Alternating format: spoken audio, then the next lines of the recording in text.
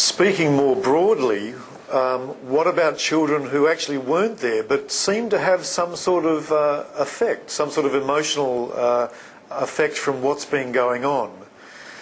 There's been some very good research after 9/11 and after the tsunami that children who saw, especially young children, who saw the tsunami on the TV, they had no idea that 3 days or a week later the tsunami had stopped. They kept seeing waves hit places. They actually thought it was still going on.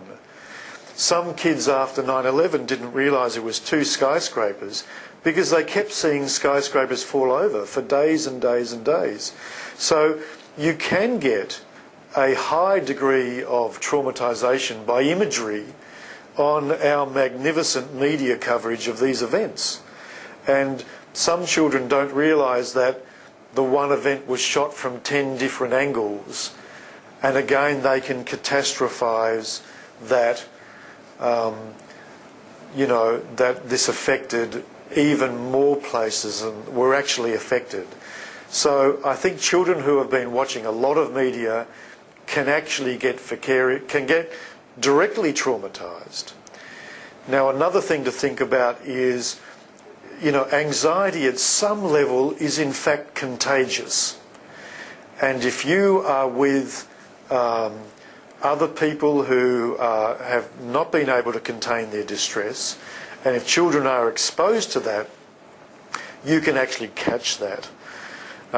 Another thing is, of course, some people are bust in and bust out of communities and bust in and bust out of schools.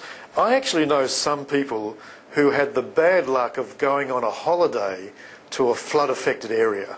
Okay, now I'm sure they'll have words to their holiday planner when they get back.